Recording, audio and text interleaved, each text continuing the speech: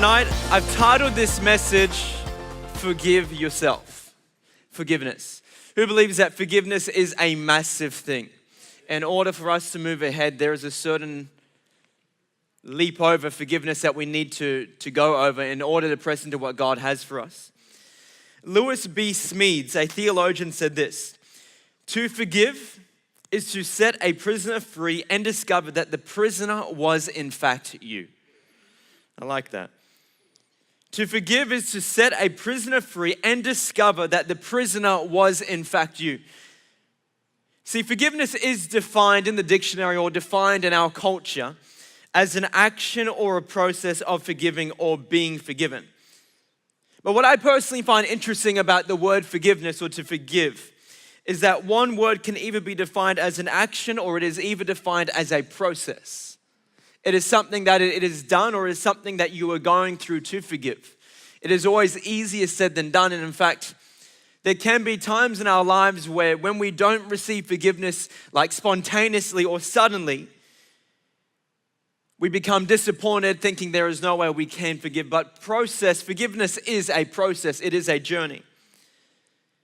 But the word forgiveness is 100% a process, as I was saying. In fact, it becomes complete when we push through the pain and see that unforgiveness is only held by the holder.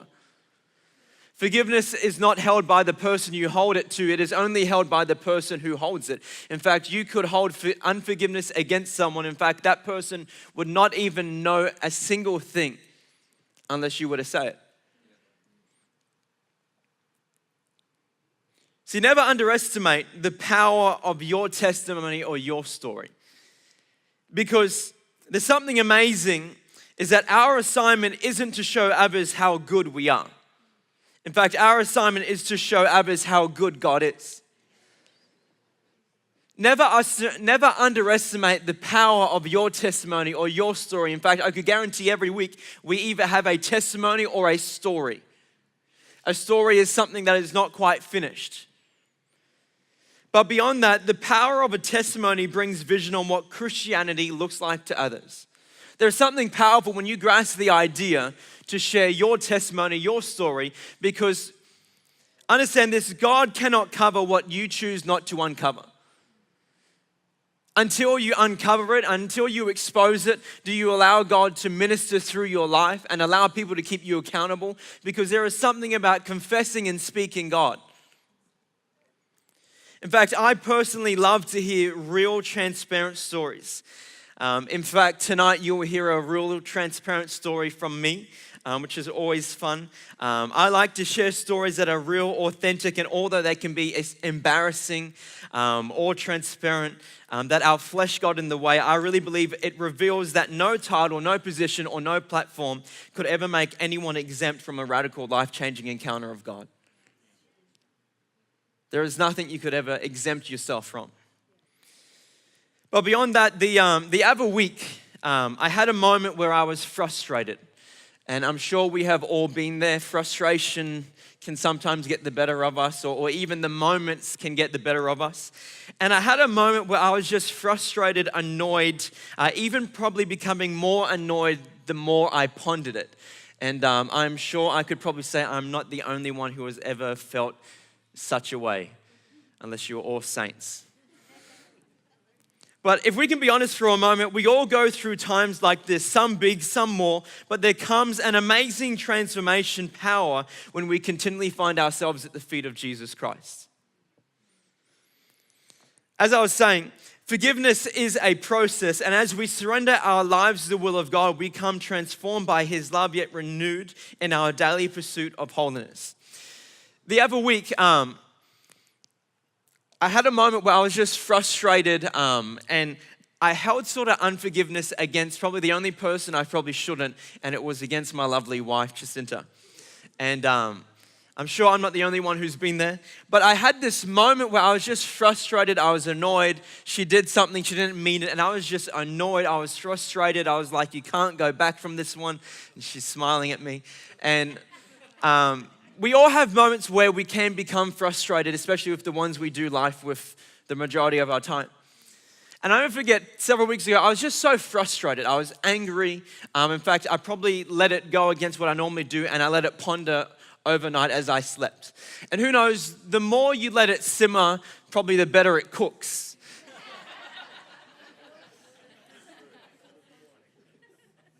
And I was just annoyed. In fact, I think it went on for like a good 24 hours that I made it purposeful that I will wake up and I will make sure my wife knows I'm still angry.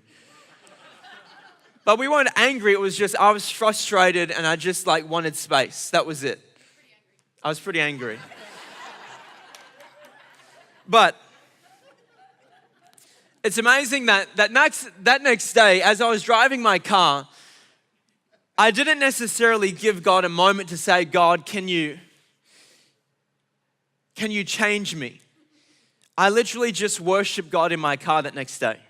And who knows, when you worship God, you give God invitation. In fact, beyond that, when your voice opens, heaven opens. When you begin to step out of the boat, out of your comfort and say, God, I need you, something begins to shift.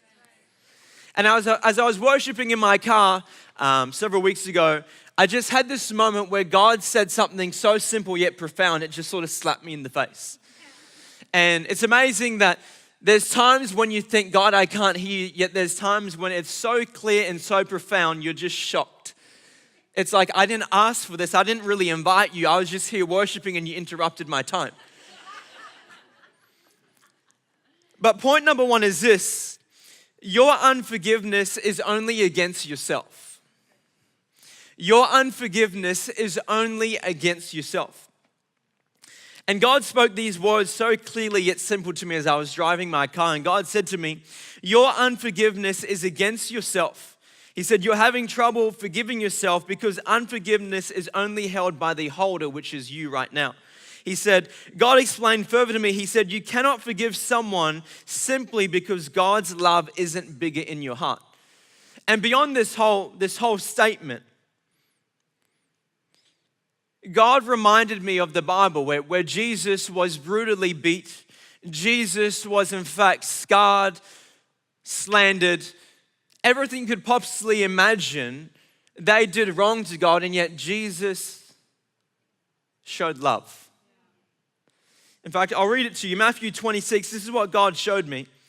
Matthew 26 verse 1 to 5 is the plot to kill Jesus from Judas, and it says this. When Jesus had finished all these words, he said to his disciples, you know that after 2 days, the Passover is coming, and the Son of Man is to be handed over for crucifixion. Verse 3 says, then the chief priests and the elders of the people were gathered together in the court of the high priest named Caiaphas, and they plotted together to seize Jesus by stealth and kill him. But they were saying, not during the festival, otherwise a riot might occur among the people. Further on in verse 20, it goes on further on the last Passover. It says this in verse 20. Now when evening came, Jesus was reclining at the table with his 12 disciples. As they were eating, he said, truly I say to you that one of you will betray me.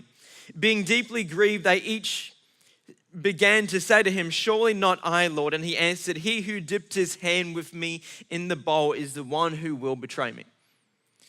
And as God said this to me, he reminded me that God received probably the most unforgiving things anyone could ever imagine, and yet he could still turn around and show love.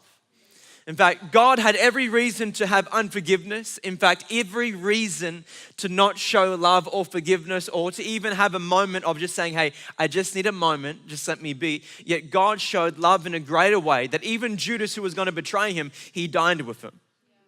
Beyond that, even further on, when Jesus was on the cross, in Luke 23, the crucifixion says, when they came to the place called the skull, there they crucified him and the criminals, and the one on the right and one on the left. But Jesus said, Father, forgive them, for they do not know what they are doing.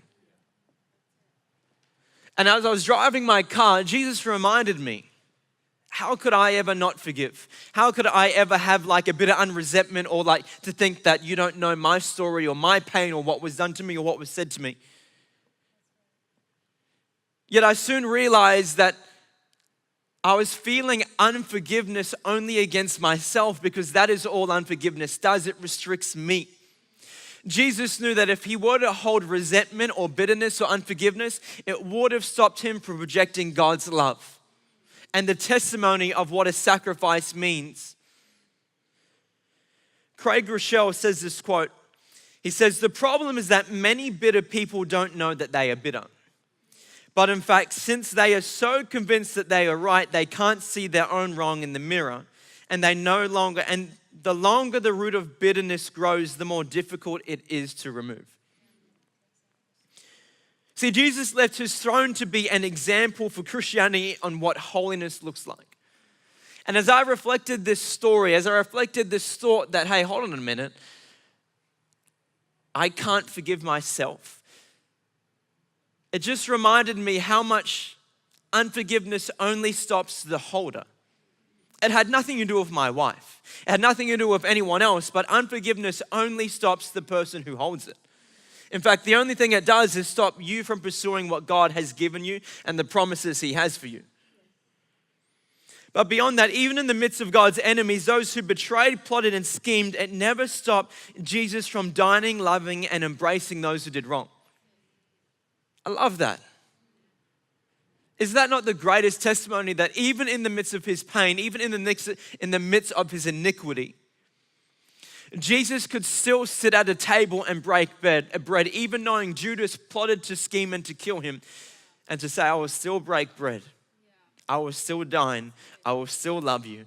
And even further on, as Judas came to say, God, it is not me. Jesus, it is not me. He said, but you have already committed it in your heart. I love that. Point number 2 is this. Catch it early. Catch it early. I'm glad that the unforgiveness that I had, as silly as it is, it's amazing that in the moment you can think like, this is so big. And then like later on, it's like, that was so petty. But catch it early. Always catch things early. Don't let it take off. Don't let it become too overwhelming. Have the conversation. Have the sit down. Address your character flaw that will only destroy your life. There is something powerful and important when you catch things early. In fact, Song of Solomon's 2:15 says, catch the foxes for us, the little foxes that are ruining the vineyards while our vineyards are in blossom. In fact, can I just say this? What is destroying your life today? It's not some big bear that is coming out to take you. It is some little fox in your world that is destroying your vine. It is some little thing that you've allowed in your life that we think is something major. We always think of sin as this big open door, this big bear who's coming to tackle you and take you down. Yet it's the little door that you allow to creak in it that allows someone to come in. In fact, beyond that, can I just say this? Some little deceitfulness you've allowed, some little lie, some little issue, some little rolling of the eyes, some little bad attitude is allowing that little fox to come into your life. There is something powerful when you catch things early.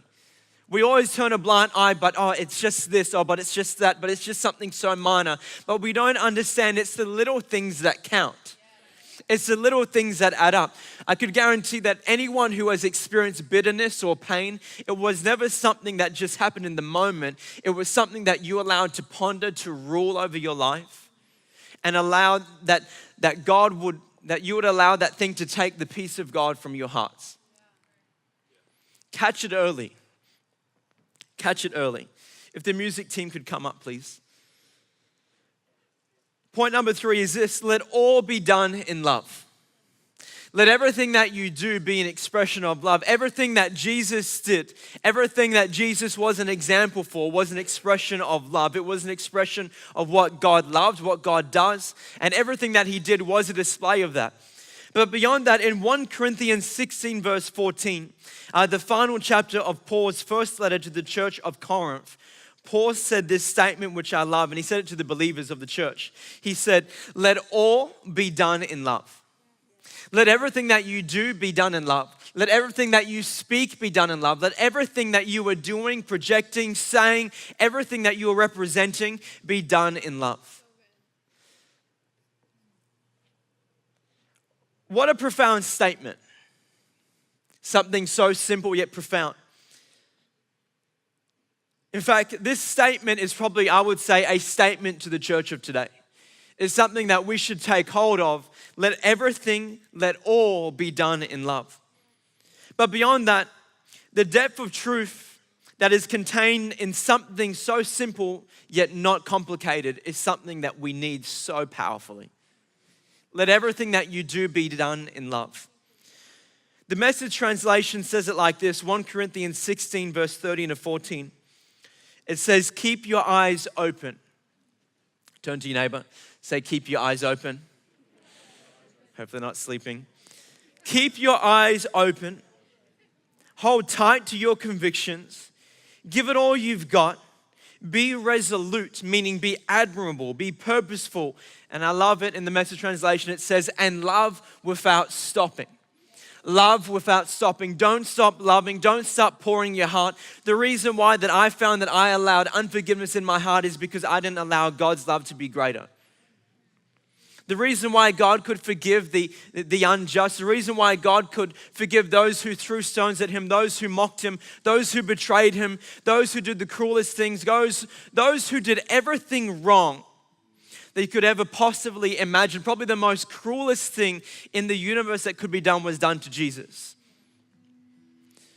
Yet what God loved, what he breathed, what he did, what he said was, let everything that you do be done in love.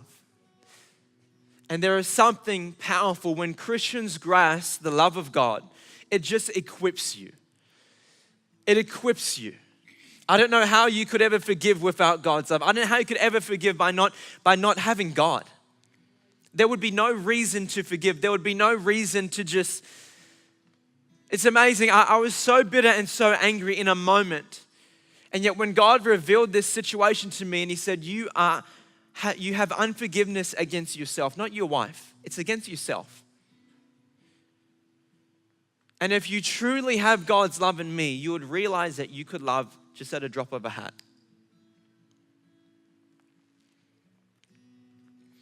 See, love was the fulfilling of the law. Only as we allow the love of Christ to saturate our being do we die to self and walk in spirit and in truth, and this Christ-like character be displayed.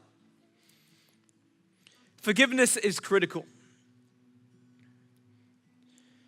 As I was saying, the reason why I'm sharing this is some may think, wow, you're sharing like your story, you know. I love to be real. I love to be transparent. I love to say that there's no platform that elevates a person. In fact, I love to hear testimonies because it reveals the goodness how God is.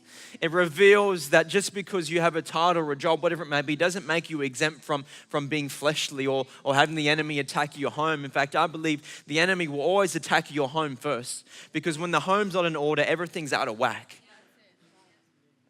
But I strongly believe that there is something powerful when the home is in order, but when you love God, when you seek God, when you have a problem, you run to God. You don't run to a substance or a person. There's something powerful. When I had a problem, I don't run to my wife. Although I love my wife, I run to God.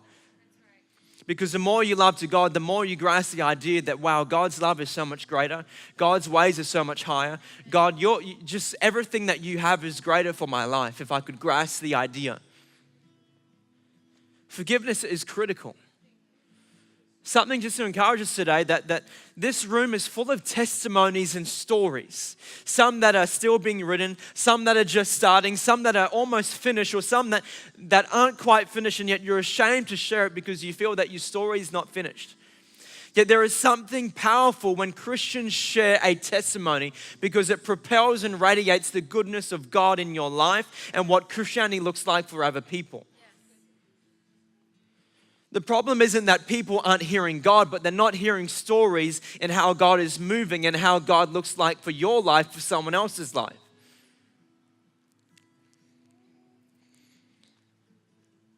As I was in the car today, driving to church, I really felt God say to me that tonight, people are going to be set free from unforgiveness.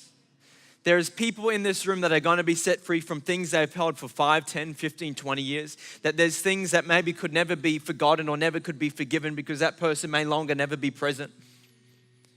But there is something powerful when you lay things at God's feet and say, God, take it off. In fact, Jesus died on a cross on Calvary to carry the burden and the weight of the world so that you don't have to carry it on your shoulders. But in fact, we have more people in churches in our world today carrying our hurt and our pain on a backpack and weighing us down. Yet God said, weigh everything down, lay it down at my feet. And I really believe tonight that as the band will sing shortly, very shortly in worship, our pastoral team will be down the front. We want to pray with you. We want to agree with you. And there is something powerful, as I shared this morning, as Peter stepped out of the boat to walk in water with Jesus, there is something powerful when we put our faith in action and take a step out of the boat, out of our comfort zone. Because when you take a step out of the boat, God meets us where we're at. He doesn't let you sink. He meets you where you're at. And as Paul stepped out of the boat to meet God, as he walked in water, the Bible says. But beyond that, as soon as he took his eyes off God, he began to sink. And yet their goal was to lift him up. Tonight, as you step out, I don't know your situation. I don't know what you've gone through. I don't know what you've been through. All I know is that God is doing something. And for the past 2 weeks, God has been ruining people at this altar, not in a bad way, but he's been breaking down walls, barriers, whatever it is. And he's been bringing people back to the love of God. Because church is not normality. Church is not an attendance. Church is not something to arrive late, to leave early. Church is something that is significant in the hearts, because when you learn to praise, it's not a one-way street. Praise is a two-way street. You praise him for the good and the bad, because praise is not just something that we do, it's who we are.